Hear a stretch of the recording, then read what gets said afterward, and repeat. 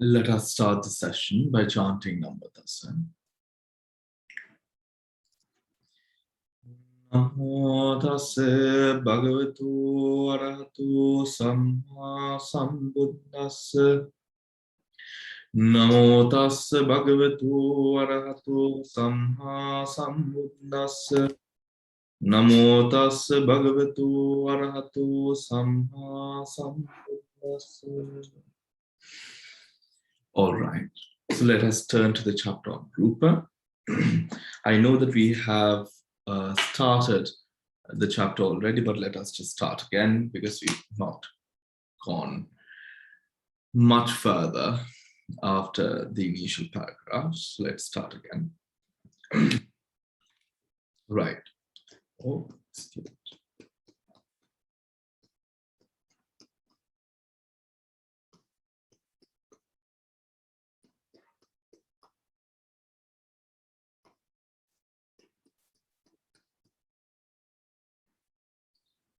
Page number 234.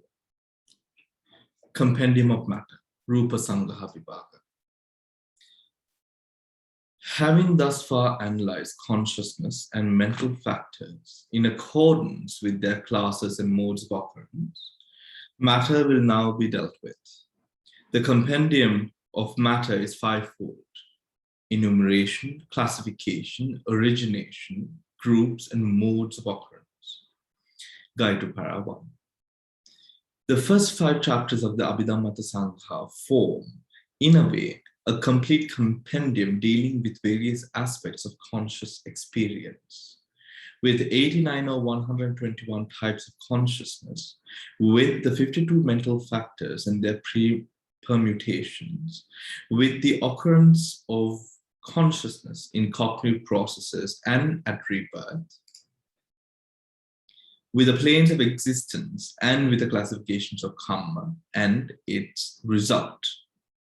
These first 5 chapters may be considered a detailed analysis of the first 2 ultimate realities, Chitta and Cetasika, consciousness and mental factors. Acharya Anuruddha will analyze in detail the third ultimate reality, matter.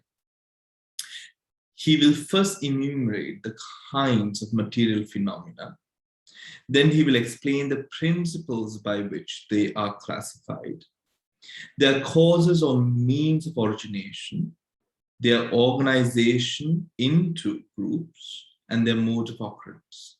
Finally, he will conclude the chapter with a brief look at the fourth ultimate reality, the unconditioned element, Nibbana.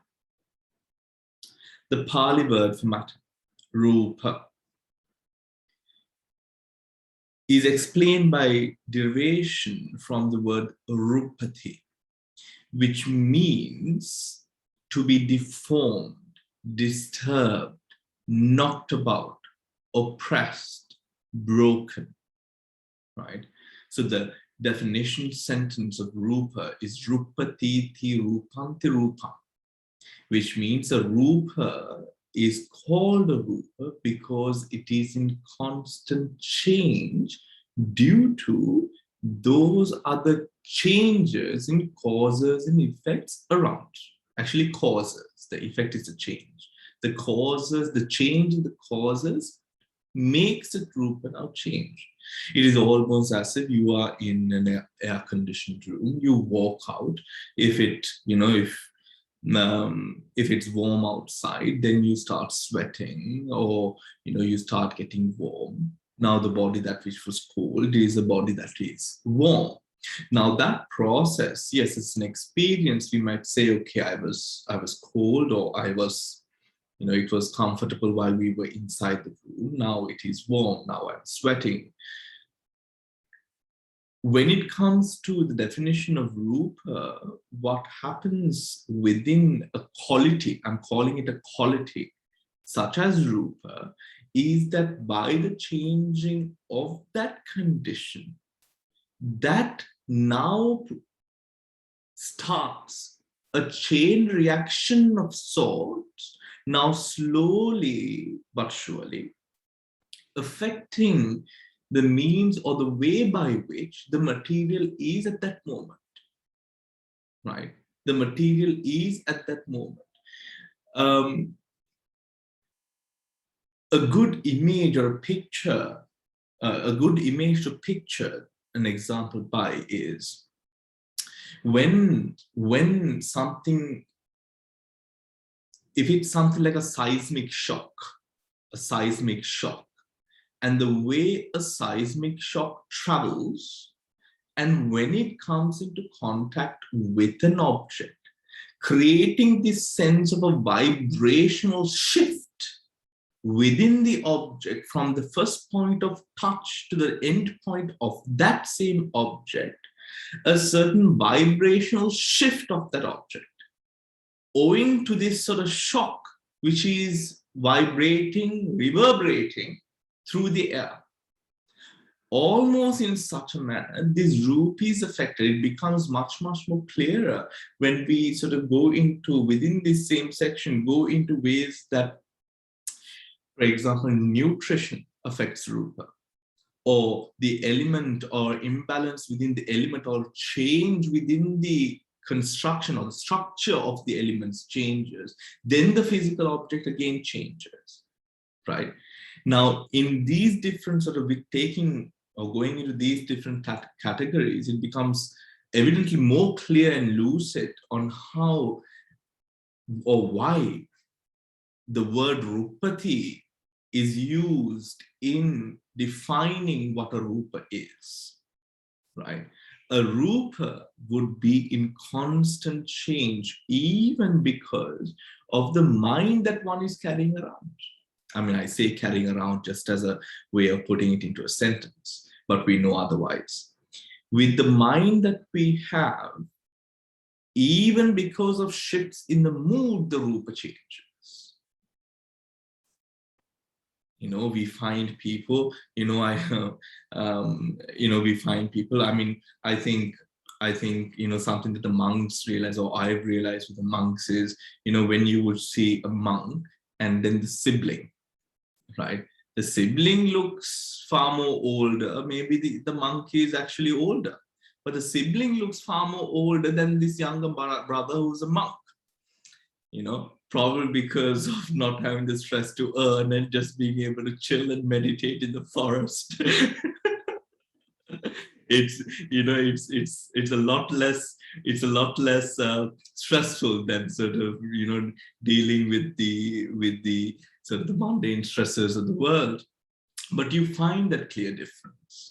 And the Buddha talks about how the mind affects and makes a Rupa also go through changes, wholly dependent on what set of mind, that you are habitually holding up there.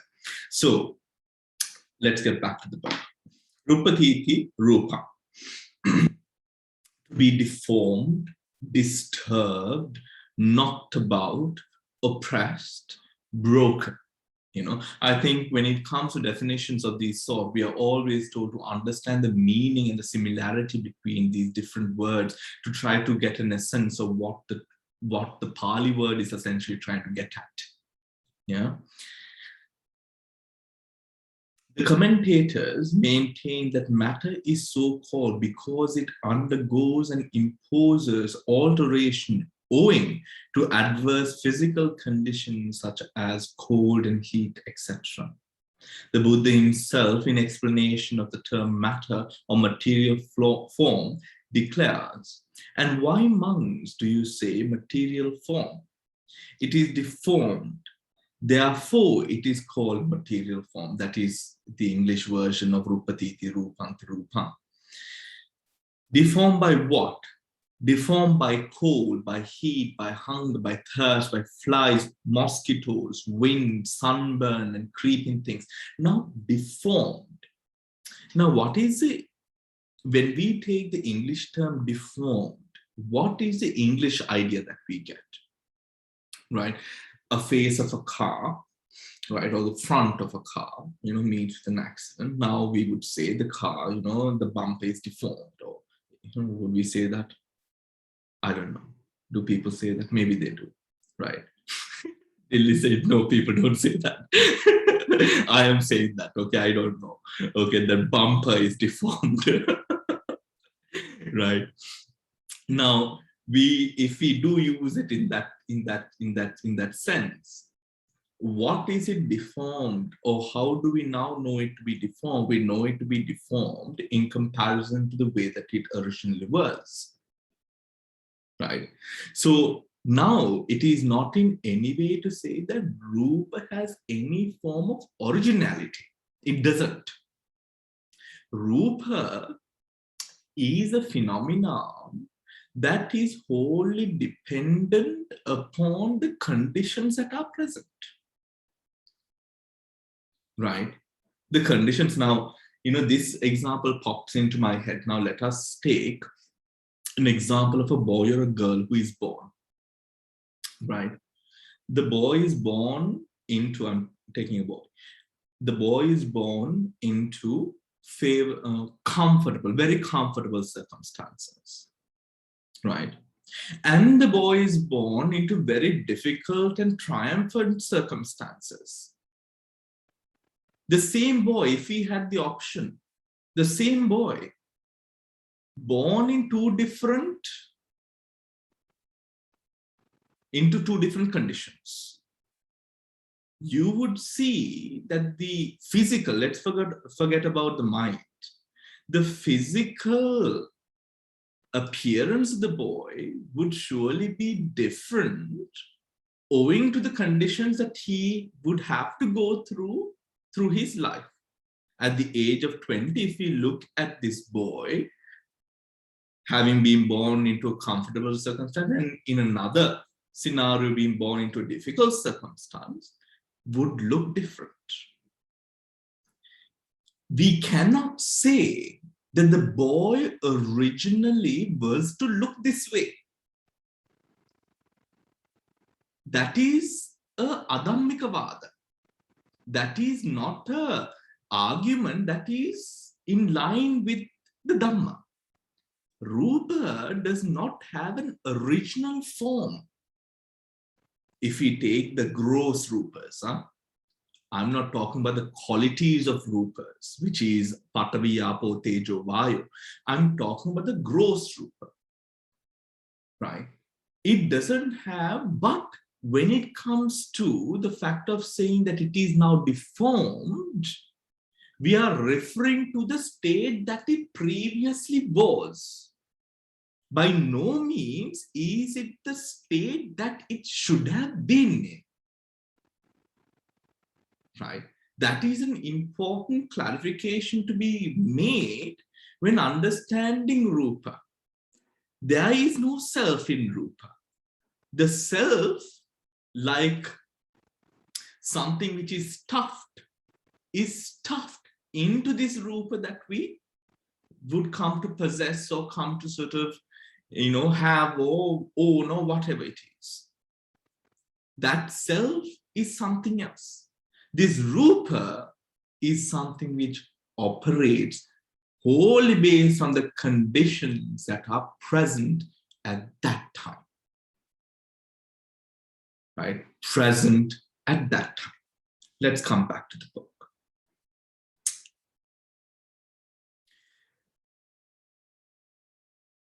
Enumeration of material phenomena, page number 235.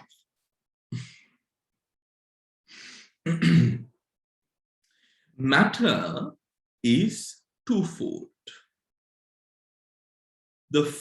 Namely, the four great essentials, the material phenomena derived from the four great essentials. These constitute 11 categories. Guide to para 2. Matter is twofold.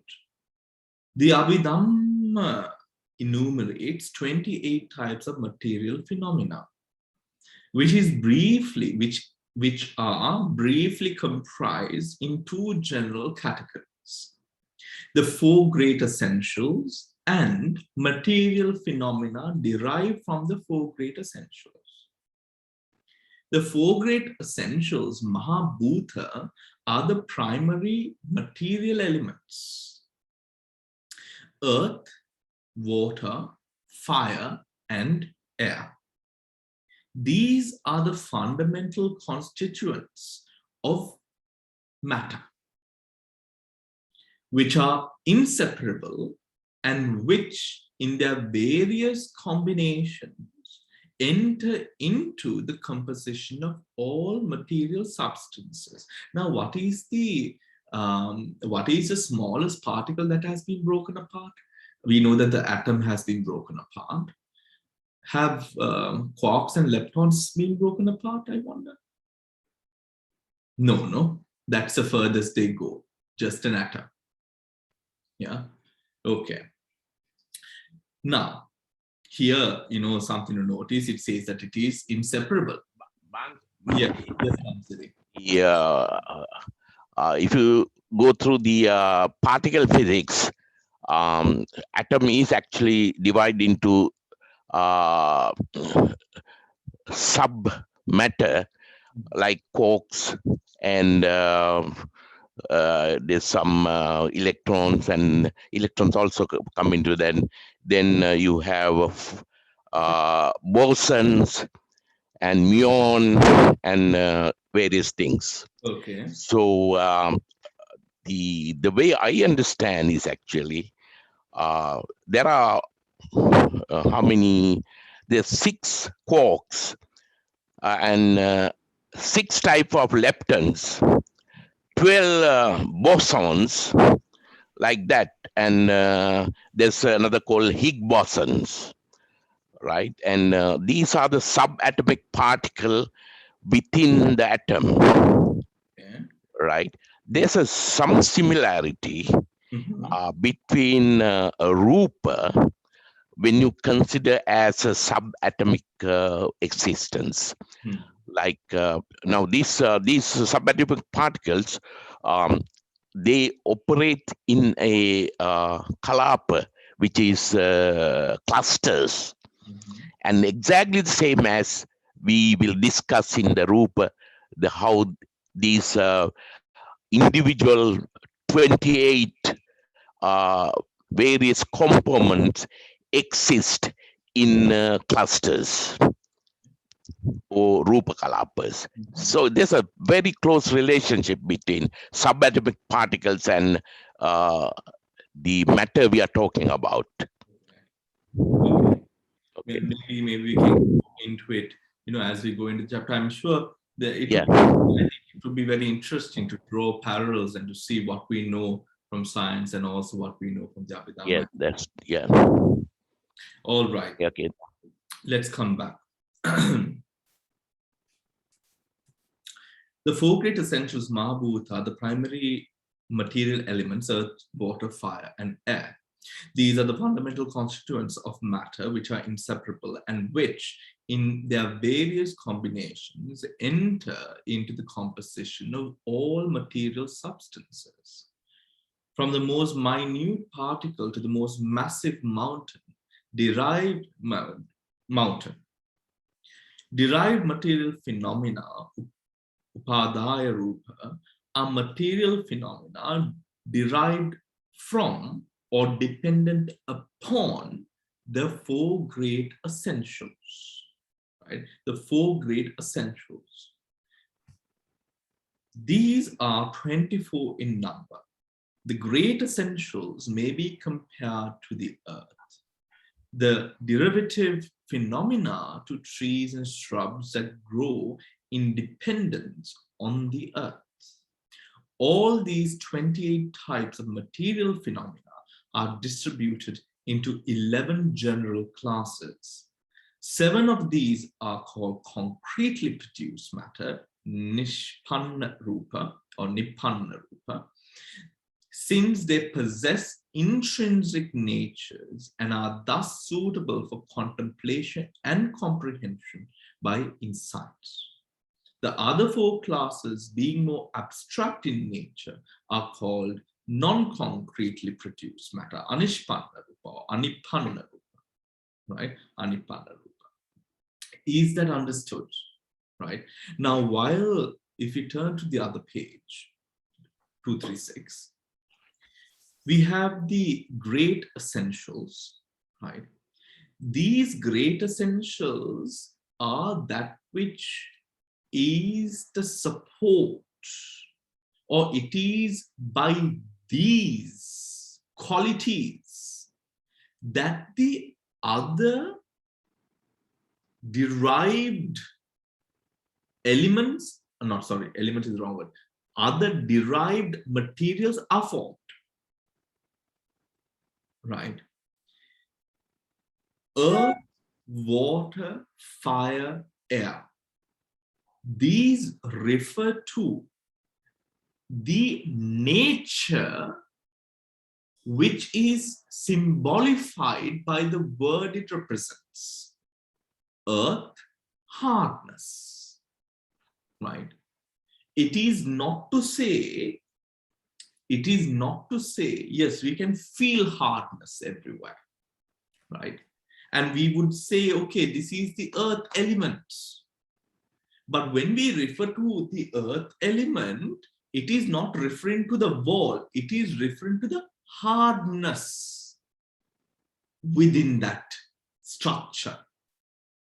This can be varying, right? This can be varying. Now, for example, let's say that there is a, what do you call those things when water starts dripping from the ceiling? A leak.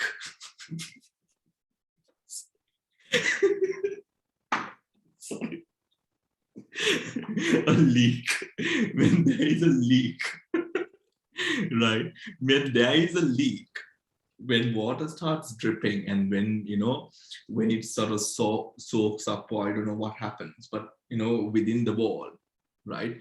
Now, when there is a shift, or if the wall is not maintained, or the roof is not repaired, whatever it is, you know, what happens is now the wall will get damaged, you know, the paint job, the mold will start growing, or whatever you call it. And, you know, all these significant changes will happen, which will bring it into a different position from what it originally was.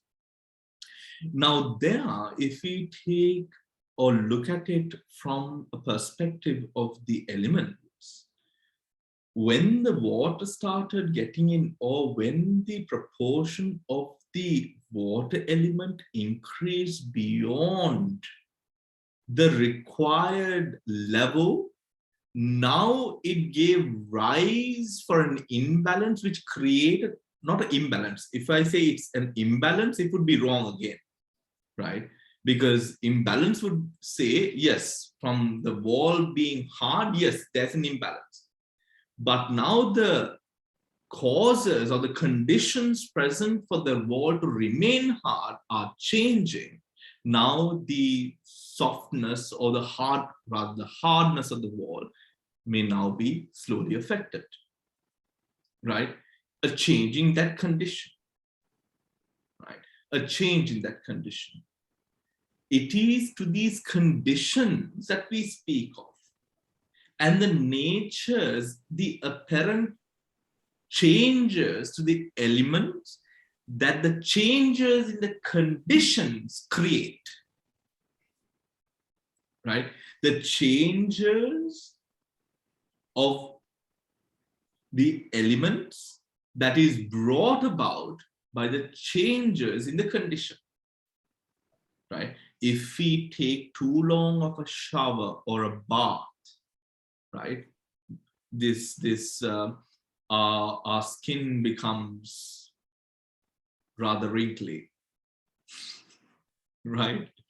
Now, again, having exposed the Rupa to a certain level over its previously exposed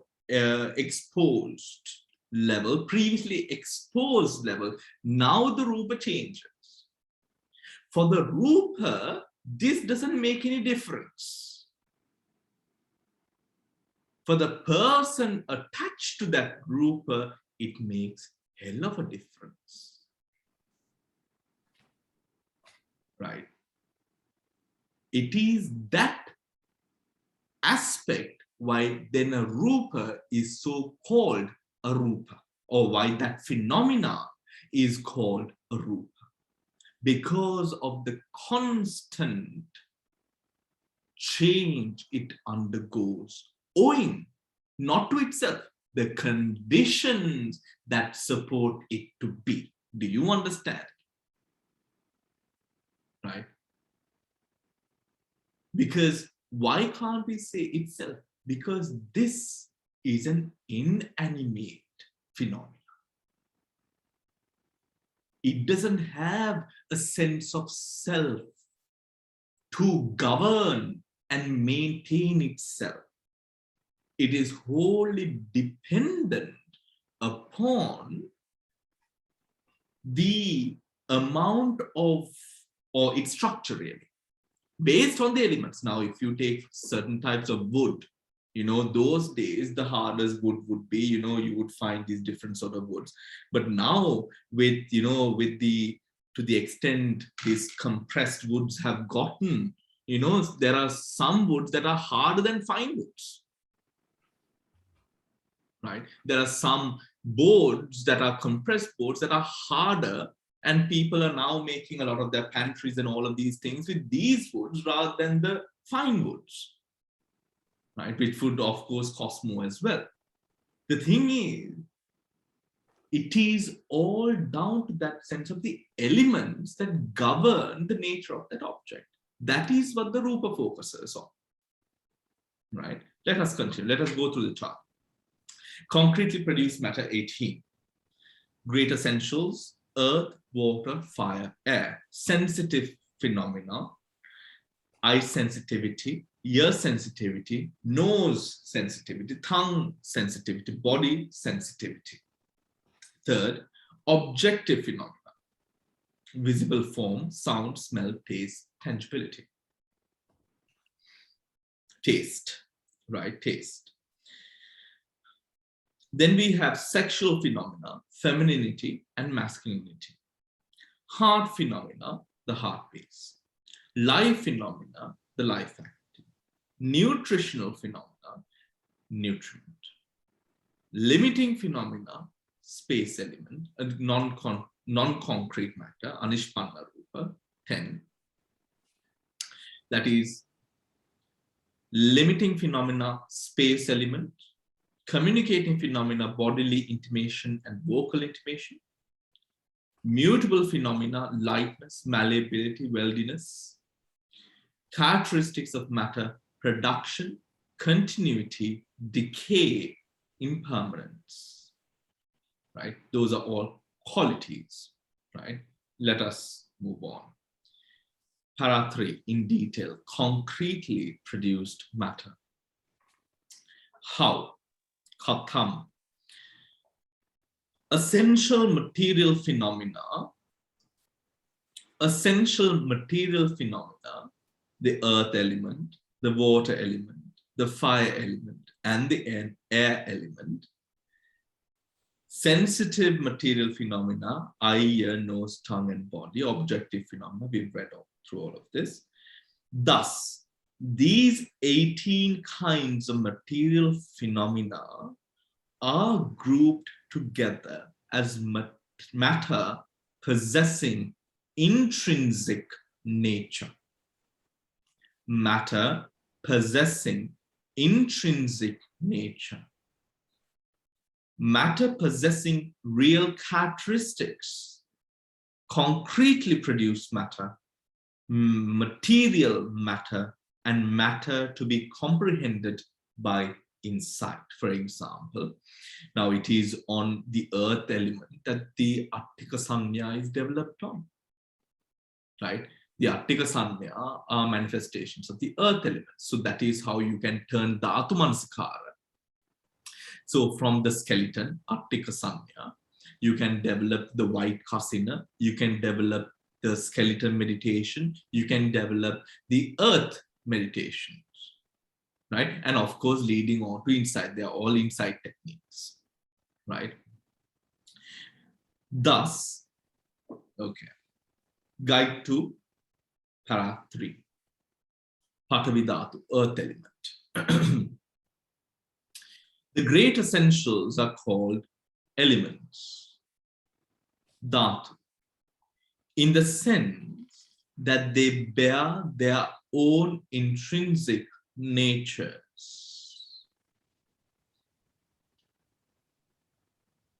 The earth element is so called because, like the earth, it serves as a support or foundation for the coexisting material phenomena. The word Patavi comes from the root meaning to expand or spread out. And thus, the earth element represents the principle of extension, right? The principle of extension. The earth element has a characteristic of hardness, the function of acting as a foundation for the other primary elements and derived matter, and the manifestation as receiving and manifestation as receiving. Its proximate cause is the other three great essentials. Now, what does that mean? And we know the meaning of the word manifestation, no? Right? Manifestation as receiving, the way that it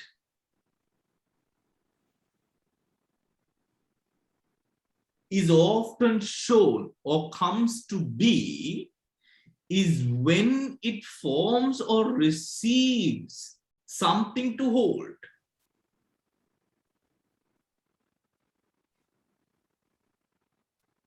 Do you understand? Right? The earth element comes to be, or the presence of the earth element is summoned only if there are other phenomena to behold by that element, to be beheld rather by the element, without which there is no purpose for this element. Remember, these are not like the chittas and the chetasikas. These are forces. This is the crux of material origination in samsara. Any sort of phenomenon that exists, a material phenomenon, has to have a base. That base is the Patavi. Do you understand? What if you get at? Yes, Damsiri. Yeah, Bhante, if I understand it this way, will it be correct? Now, it's the sort of platform on which all the other components of materiality exist. Yeah. It is the base or the platform where they hold the other components of the materiality, like the rest of the 27. This, Damsiri, that is also correct.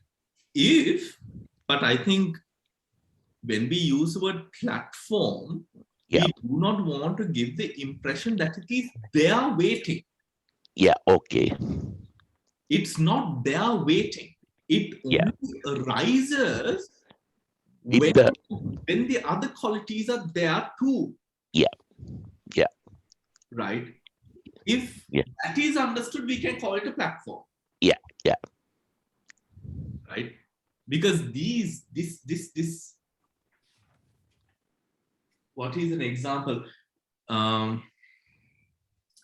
You know, when the temperatures drop, how hail is produced, right? Now, we know the process. I mean, it's just grade 8, science, isn't it?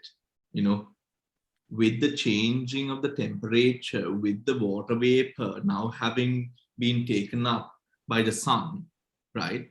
How it now out of just, I mean, we would say it's out of thin air, but we know the process behind it, right? But almost in a way that it out of the thin air, if I may just say that, out of the thin air, it forms hail, right? Now, when the temperature drops, a condition became where now this water vapor formed hail, right? Just like that. But for that position to arise, the water vapor already being in that material form had hardness. That is how the water vapor could exist, or the water could exist. However, when the temperature dropped, now it was able to go through a change. That change was also possible because with the water vapor, the Patavi too changed. Right? The Patavi too changed.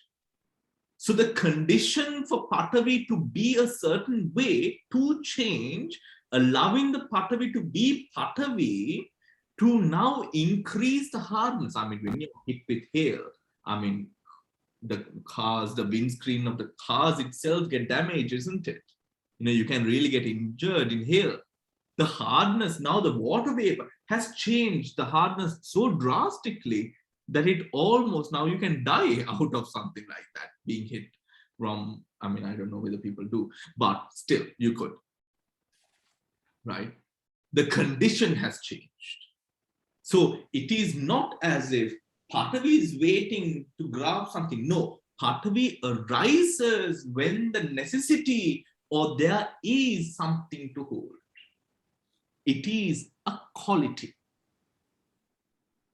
It is a quality. Right. Bhante, can I ask something, please? Yes, of course.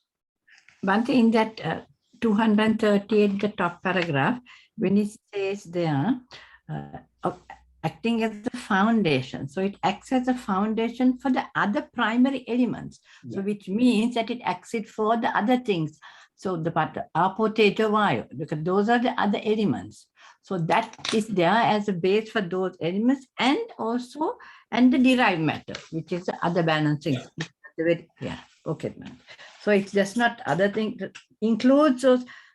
Now we're talking of the earth, which is the Patavi, but the Apo, Tejo, Vayu is what they mean there when they say for the other primary elements and the derived matter, which is the balanced 24 things. Which is derived, because that's how the 28 comes. Thank you, Pam. That will become more lucidly clear with the examples that they give in Thank you, Pam. Right? I mean, what they mean by the foundation is, the thing is that Patavi cannot exist alone. Oh, yeah, thank you. Apo cannot exist alone. Yeah. Tejo cannot exist alone. Yeah. There is a sense of strong mutual conditioning which allows Patavi to be Patavi, Apo to be up. You know, even if you take, for example, the heat of the earth, right, without which we will not be able to survive, right, is kept in because of the pressure built up in the molten core. That pressure that is built up within the molten core keeps whatever it is, including the temperature, without dispersing. A loving life on the planet. Now, you see, even temperature, Tejo, it is only possible for it to continue to do what it possibly can do to allow life when Patavi does its job. Or else, it just disperses. Right? It just disperses. Let's come back. It will become more lucidly clear. Its proximate cause is the other three great essentials. Right? Both hardness and softness are modes in which the earth element is experienced by the sense of touch, right? By the sense of touch. Now, that sensation that arises through any form of tactile motion is Patavi. Now, when we say hardness, what about the soft? No, it is talking about the quality of hardness, that sense of feel, right? That you are able to tangibly feel, whether it is a cotton ball or a bowling ball. That sense of feel that you will have upon coming into contact with the object, if it has a feel, there is Patavi in it, right? There's Patavi in it. Now, even, for example, in the air, if you are to just maybe very slowly brush, if the air is not sort of flowing towards you, or if you're not having a fan on or whatnot, then, you know, you might not feel it. But then if you sort of increase the speed of the movement, now you feel the air, right? But you feel the air through Patavi, right? That it is that quality that we are referring to. That is why, for example, in the meditation of Vayu, right? How do we take Vayu as an object during meditation? We look at, or what the Vishuddhimagga says, is we look out into the movement of the leaves of the trees, and that you take as an object. You see, the Vayu, right? That sense of Vayu. With earth, the earth kasina, what do we have? We have a circular designed sort of earth or mud or clay or something of that sort. What does that represent? That togetherness, that hardness, that form, the nature of Patavi, right? That is then the quality that we think about or recollect again and again during the meditation. That specific quality, right? That specific quality. Now, the water element, Apo Dhatu. The water element of fluidity is the material factor that makes different particles of matter cohere. The water element of fluidity is the material factor that makes different particles of matter cohere, thereby preventing them from being scattered about. Its characteristic is trickling or oozing.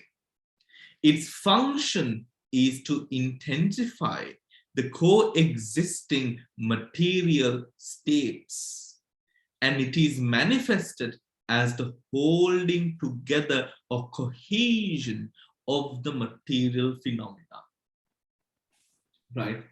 Of the material phenomena.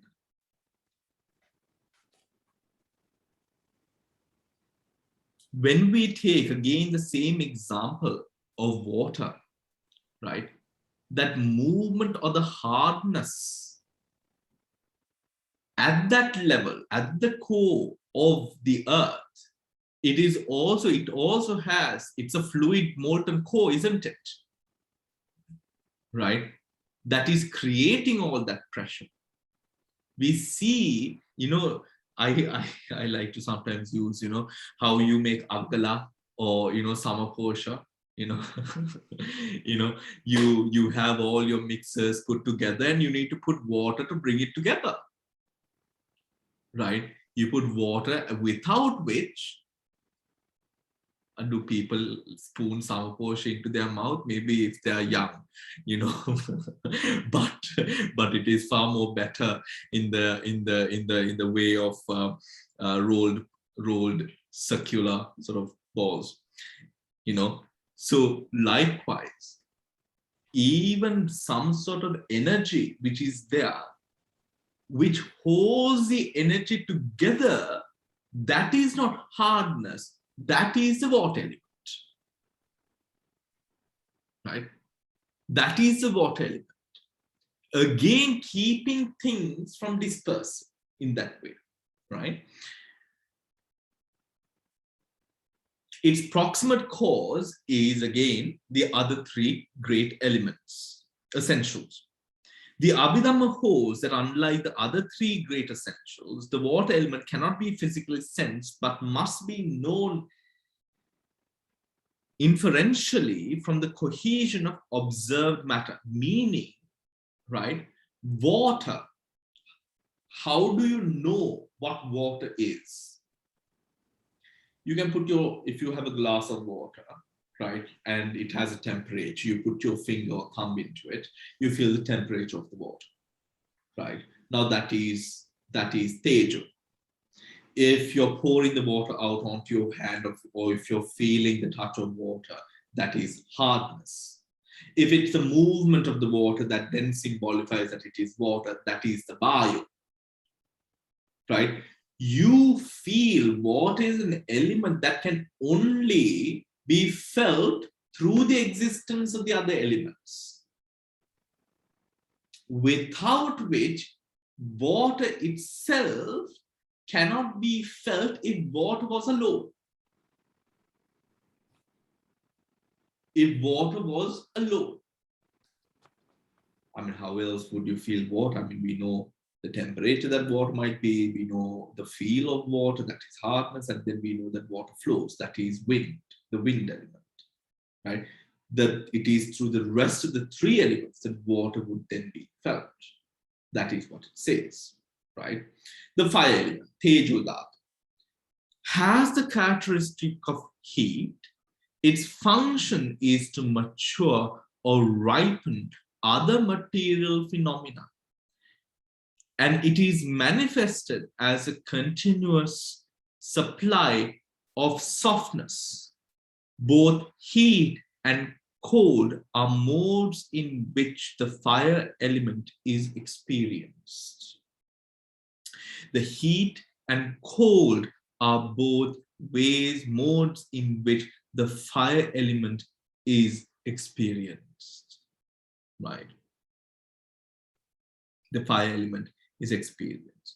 Now, the tejo dhatu has, why it says its function is to mature or ripen other material phenomena. The tejo dhatu plays a predominant role in the process of aging, right? As it plays a predominant role in the process of life as well. So the tejo dhatu, being what it is, it makes material phenomena go through a process of change to mature into, or to change in a sense of maturation of any element or any derived matter which it comes into contact with. The tejo within the skin makes the skin mature. The quality of tejo, I mean, that was a badly put sentence. The quality of tejo is that which keeps this life heat going. That is also said to be that which leads to the maturation of any material phenomena. The vayu dhatu, the air element, is the principle of motion and pressure. Its characteristic is distension with thambana. Its function is to cause motion in the other material phenomena, and it is manifested as a conveyance to other places. Its proximate cause is the other three great essentials. It is experienced as tangible pressure. It is experienced as tangible pressure. Tangible pressure, right? When you brush against the air, with some sort of speed. You feel that tangible pressure that you feel. Yes. Right. Taken together, the four great essentials are founded upon the earth element, held together by the water element, maintained by the fire element, and distended by the air element. It is in the natural process of mutual relations between one another that the dhatus, the elements, are able to maintain itself, without which the elements will, first of all, without Patvi, there will be no foundation for the other elements to arise, right? And they will just disperse. Nothing will be possible, right? Nothing will be possible, material-wise. Any questions?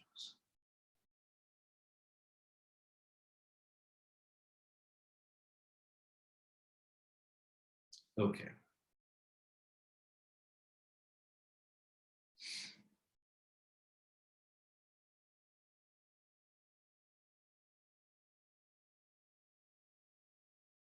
Yes, Mala. Bhante, I have got a very basic question.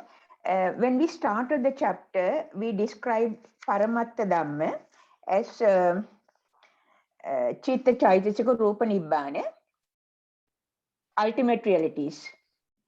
Yeah. Yeah. Is there another classification of ultimate realities? Like, this is something very basic, like Rupa, Vedana, Sanya, Sankar, Vijnana. Can you call that ultimate realities? Rupa. Rupa, Vedana, Sanya, Sankar, Vijnana.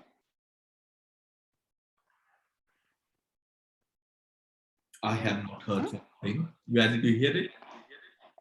Is it, I read some, is it given in the sutta, that classification? Now, a lot of things, now Abhidhamma and sutta are different. I read somewhere I mean, it is not different. I mean, it is not different like the mountains and the hills. I mean, it's not that different. You know, it's not that different. But if you did find something like that, do send it over, because I have not come across the Panchaskandha being referred to as Paramatta Dhamma. Right? I have written, I was studying and I don't know from where I copied. It says in the Buddha analyzes a being into 5 types of ultimate realities. And it says Rupa, Vedana, Sanya, Sankar, Vijnana. Okay. Now that is said not in the context of Abhidhamma ultimate realities. That is said in the context of this being, for a being to exist. These are the 5 compositions that are ultimately present, sort of ultimate realities. Okay. Ultimate realities in a sense that relate to a human being, because for a human being to be present, for a being to be present, you need Rupa, Vedana, Sanya, Sankara, Vijnana. Right, okay. Right? But that is not in the context of the sort of the vastness of what we are going through in terms of the Abhidhamma, which relates not only to humans, but to all beings. I mean, we are relating to life and the constructs of life. Okay. Right? So the 4 ultimate realities are Rupa, Vedana, Sanya, Sankar, Vijnana. And I do not think it was maybe a way of explaining rather than a direct translation from Pali. Was it a direct translation from Pali, or was it an explanation of something? I have written down somewhere. I don't know from where I copied. I have written down in my notes. Yeah. Bhante, when you consider Rupa, Vedana, Sanya, Sankara, and Vijnana, it's same as Rupa, Chaitanya, and Vijnana. Because Vedana, Sanya, Sankara are Chaitasikas. Yeah. And then Rupa, Chaitanya, and Vijnana, which is consciousness. Yes. We can of course look at it in that way as well, because it's the same thing, you know. Yeah, it's the same thing. It's the same thing, but where I think it also depends on where we are trying to get to. Because if we refer to it in that kind of manner, I think it is specifically talking about just the human being, right? In that specific construct. So yes, of course, that is Chitta, Chaitasika and Rupa there, right there, within the Panchaskandha. Okay, let's go on. Sensitive material phenomena, Pasada Rupa, are the 5 types of matter located in each of the 5 sense organs. The sensitivity is to be distinguished from the gross sense organ, which functions as its support. Again, are the 5 types of matter located in each of the 5 sense organs. The sensitivity is to be distinguished from the gross sense organ, which functions as its support. As its support. What is conventionally called the eye is spoken of in the Abhidhamma as a composite eye, sasambara chakra, right? A compound of various material phenomena. Among these is the eye sensitivity, the chakupasada, the sensitive substance in the retina that registers light and color and serves as a physical base and door for eye consciousness. Is that understood? Right? Acts as a physical base and door for eye consciousness. Ear sensitivity, sotapasada, is to be found inside the ear hole, in the place shaped like a finger stall and surrounded by fine brown hairs. It is a sensitive substance that registers sounds and serves as a physical base and door for ear consciousness. No sensitivity, Gana Pasada, is to be found inside the nasal orifice as a substance that registers smells. Tongue sensitivity, Jibha Pasada, is to be found diffused over the tongue, serving to register tastes.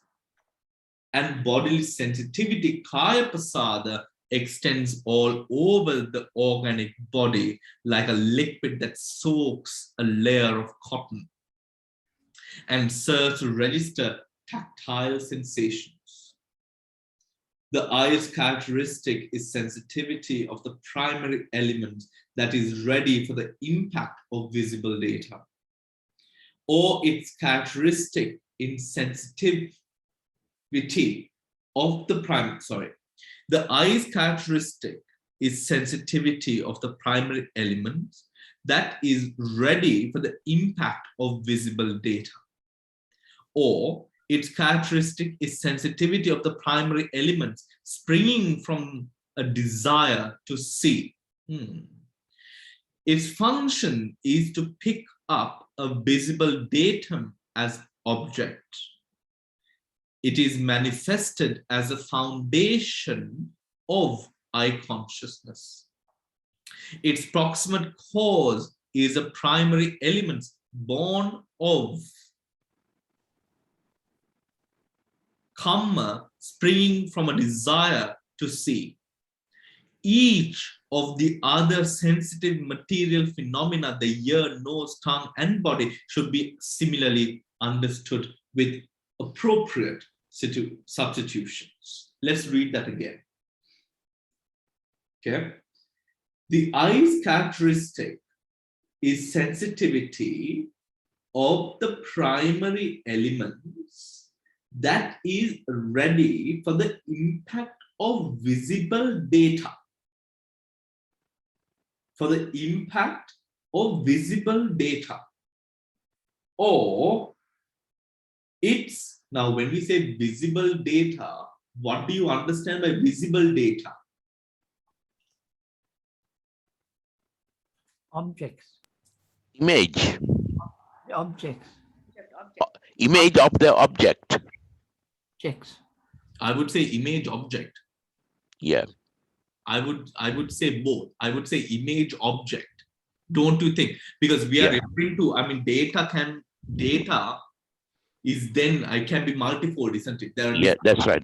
data, right? This is referring to data that is transferred through a visible form. Yeah. For a visible form to exist, there must be the object and there must be light. That becomes visible data. Without the light, data is not transferred. Hence, in Abhidhamma, darkness is anarammana, is not an object. Right? So here, visible data is referring to data that is transferred in a visible form, which is with an object and light. Yeah. Right?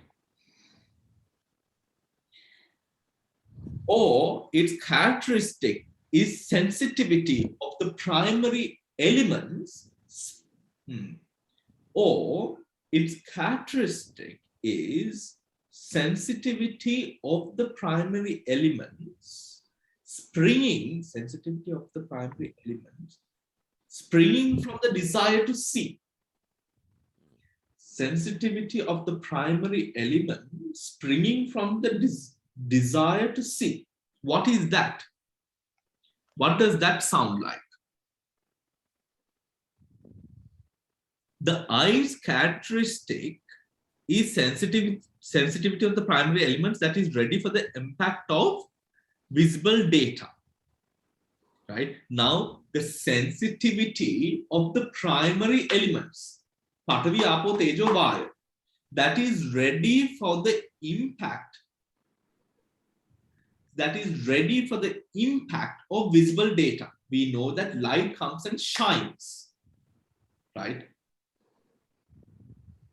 Or its characteristic is sensitivity of the primary elements springing from the desire to see.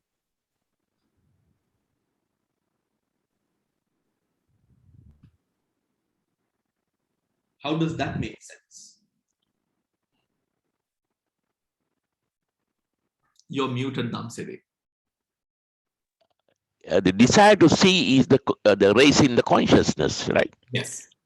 The desire, because we see things. Now I am looking at the screen, but there are things behind the screen.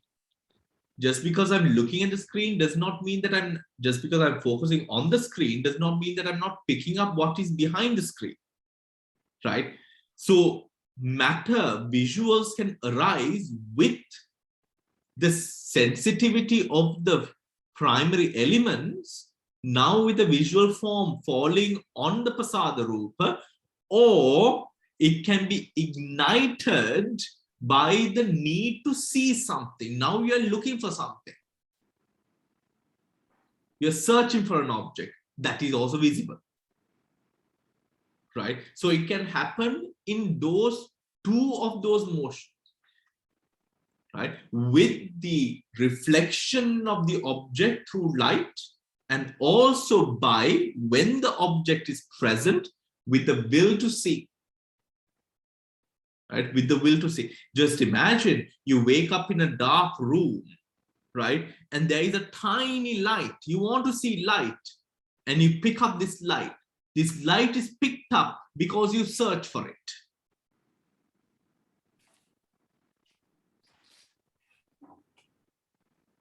Now, its function is to pick up a visible datum as object, right? To pick up, its function is to pick up visible datum as object. When you would look, that is why during meditation we say close your eyes, because you keep on picking up visual datum which distracts you from the object, right? Its function is to see. and pick up these objects. It is manifested as a foundation. It is manifested as the foundation of I consciousness. Of I consciousness. If we go back to thinking about what we learned in the Viti Mutta chapter, it mentioned that those beings who are born of a certain patisandhi, where the kammaja rupa is affected, you are born blind, or that specific respective sensory organ is not, you don't have the kamma, so you don't develop that kammaja rupa. For that person, the I consciousness or the respective type of consciousness does not arise. It is not that I consciousness or that person will not have the conditions for I consciousness to arise. Here now it says, in the same manner, right? It is manifested as the foundation of the I consciousness. Now this is then that which disappears in that process, not allowing or not now having a proper foundation to give rise to an I consciousness.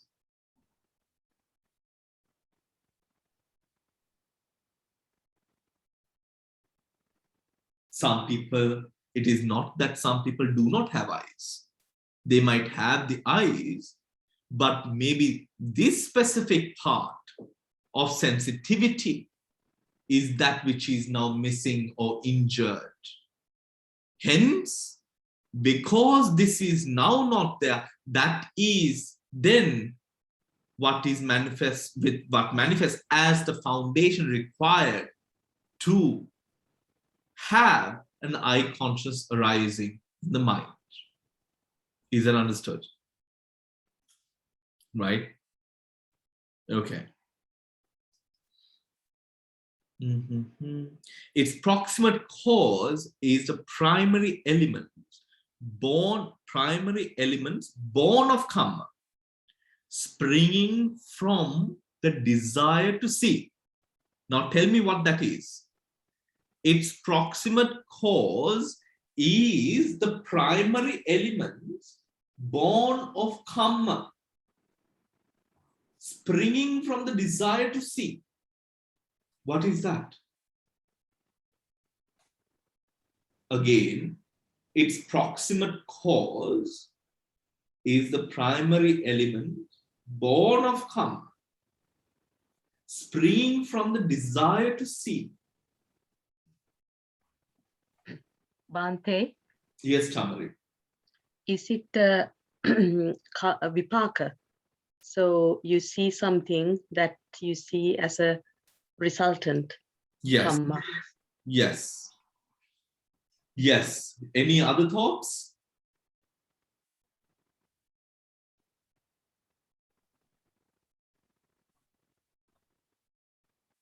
Let's look at it again.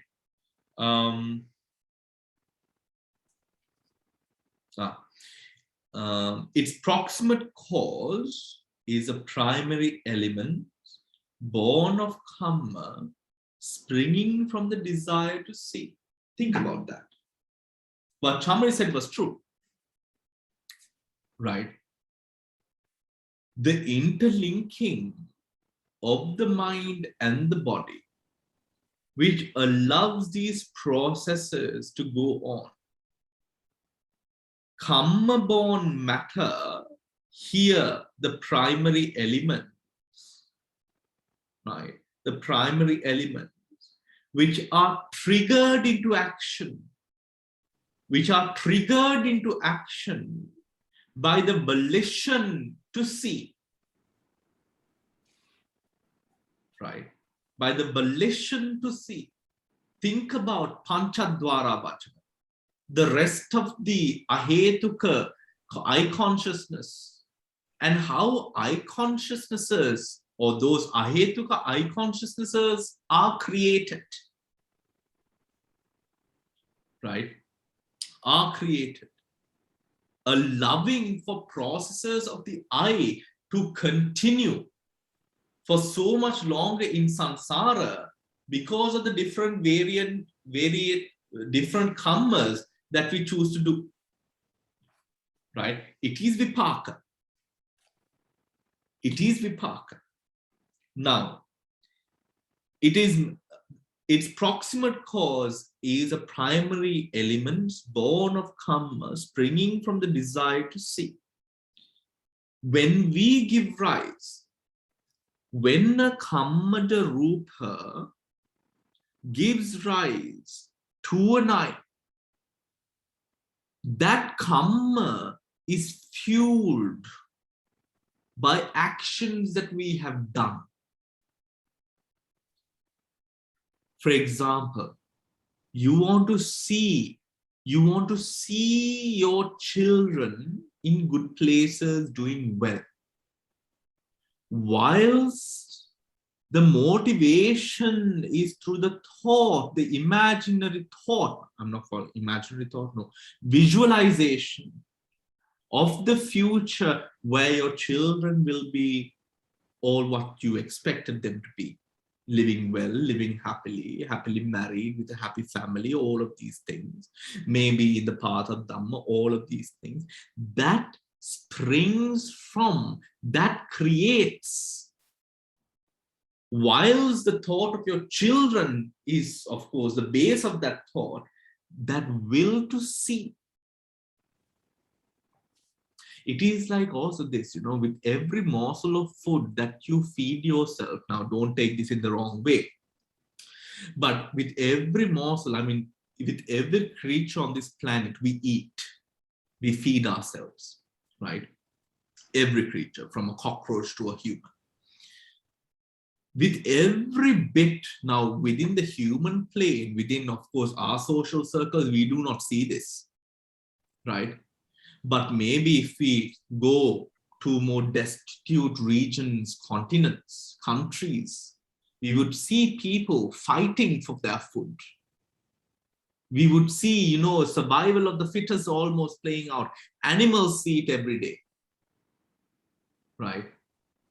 The sense of, in that way, it is said in Dhamma, with every morsel of food that you eat, you support that sense of Atma, self.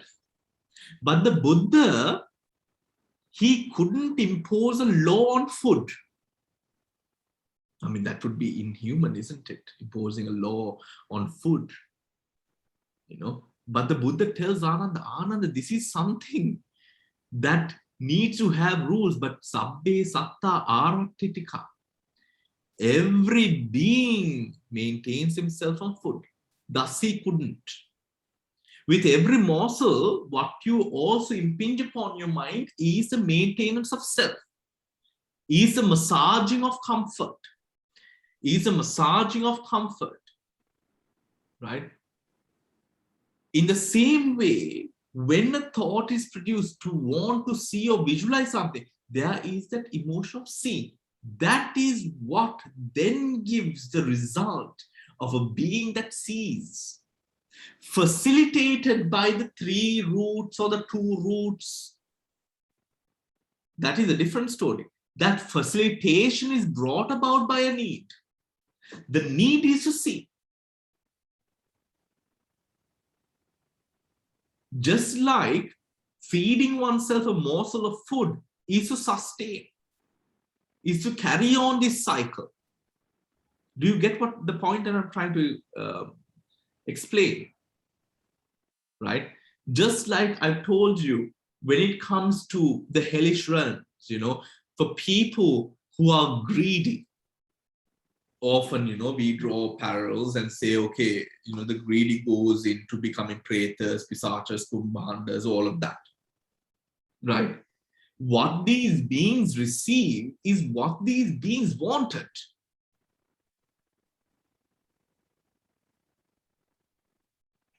When a person is specifically very hateful, that is what attracts a being to the fiery states of, or the fiery abodes of hell. That is hate. It is not raga that pulls you to avicii. It is hate. Fiery, enraging hate. Isn't that the fires of avicii? Isn't that a manifestation of the hate, of the fire hate creates in one's heart? I mean, we've all been, I suppose we have, all been sort of mad, raging, angry at certain points of our life. And we know how it sort of has this burning sensation all over the body, right? That is exactly what avicii is like as well. But 100-fold, you get what you wanted. You get what you attached and clung yourself onto. And here, the results of the Kammada Rupa in a facilitative process, facilitate what you wanted. What is that? The need to see. Right? The need to see. When we go on, hold on one moment. When we go on to the Arupavacha realms, now we come into situations where we do not have certain senses or no senses whatsoever. Why? We know through the meditative process, we've let go of the need. Do you see the difference then? The rupas have now changed, or there are no rupas also in states with asanna satta. That anomaly, or in that anomaly, you get rid of consciousness. Almost in a way, a manifestation of your desire and need, right? Of your desire and need. Okay, Dil, you want to say something? No, it's like related. Sometimes there are these monks who fast on to death. I'm not right, because they on some principle they don't eat. Yeah. So now like this will to see, now we said the ahara, the nutriment that you have is like a need to exist. And if you don't have a need to, that's why it's such a basic thing, and that's why the Buddha didn't have any kind of formula, because the whole of procreation and the whole of evolution is this need to exist, and therefore you feed. Yeah. So I'm just thinking, because now really we have no control thing now, because it's anatta. So how do these monks then, right, make the determination, like the need to exist? They cut it off and they fast on to death, when primarily we have no kind of control over that. And so you would somehow they eat, but how do they determine it like that? If it is there's a need to see, here it says the desire to see, the will to, the need to exist where the food. So I was just wondering, how does it, because we are basically, that anatta, isn't it? There is no, we can't say we want to live or we want to die. We can't do that. And particularly, so it is such a basic thing. So I was just wondering what really operates there. There are monks who do that. I don't know. There was, in Sri Lanka, there were monks who sometimes faster, and even in the Hindu organ. I think in the ancient texts we do have references, and I think I've asked this question myself, and the question that I've also got is I don't know. Right? It doesn't really explain. It doesn't really explain how it is exactly done, because how it is exactly done. So I don't have an answer to give you, but I'll ask someone and see if they know something, right? Okay. All right, let's go on to the other, right? Where did we stop? Okay. It is manifested as a foundation of eye consciousness. Its proximate cause is the primary elements born of karma, springing from desire to see. Each of the other sensitive material phenomena, the ear, the nose, the tongue, the body, should be similarly understood with appropriate substitutions. 3. Objective material phenomena, gochara rupa, are the 5 sense fields which serve as the objective support for the corresponding types of sense consciousness. It should be noted that the tangible object is constituted by 3 of the great essentials. The earth element experienced by hardness or softness, the fire element experienced as heat or cold, and the air element experienced as pressure. The water element, being the principle of cohesion, is not, according to Abhidhamma, included in the tangible datum. The other four sense objects, visible, forms, etc., are types of derived matter. Do you understand?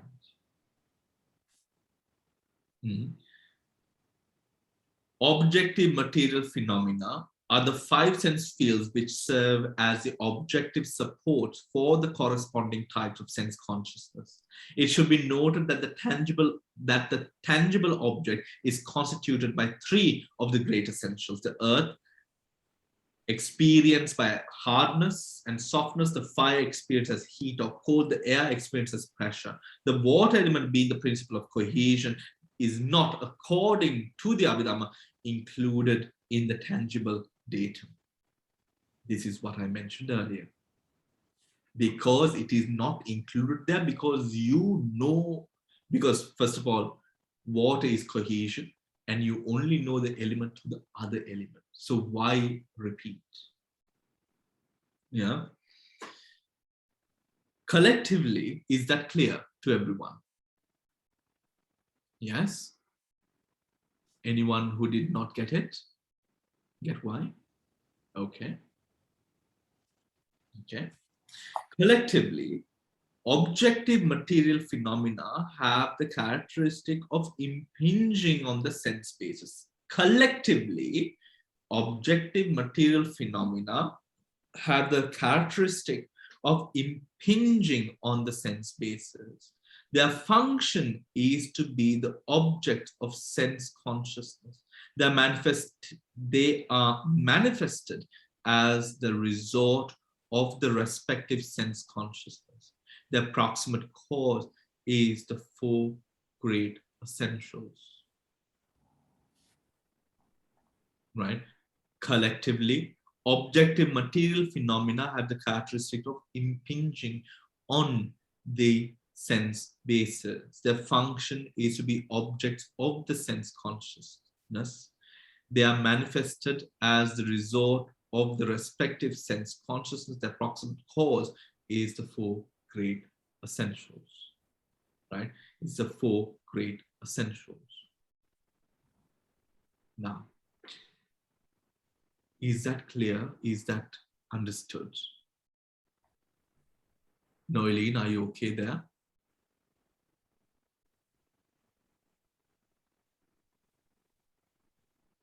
You're still muted.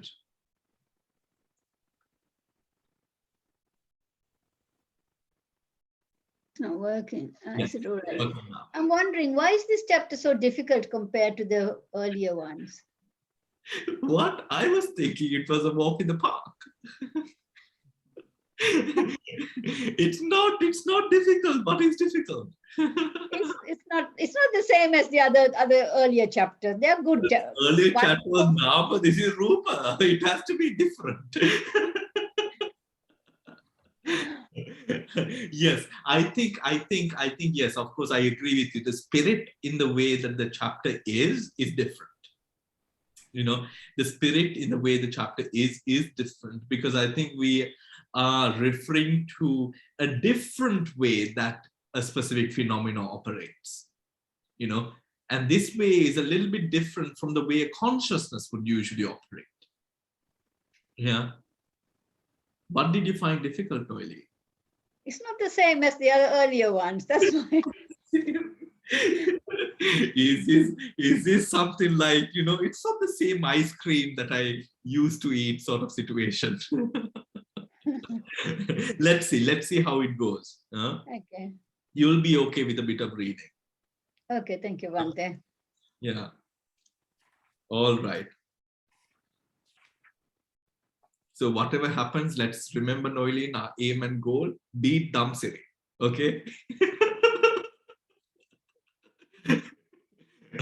All right. Now let's go. Material phenomena of sex. Bhava Rupa. are the two faculties of femininity and masculinity. These faculties have respectively the characteristics of female sex and male sex. Their function is to show femininity and masculinity. They are manifested as the reason for the mark, sign, work, and ways of the female and of the male. That is, for sexual structure of the body, for its feminine or masculine features, for the typical feminine or masculine occupations, and for the typical feminine and masculine deportment. Deportment. What is deportment? I don't know the meaning of deportment. The way you walk or how you deport yourself. Okay. Walk or sit down. Okay. Okay. All right. Thank you. Now, now, when it comes to this,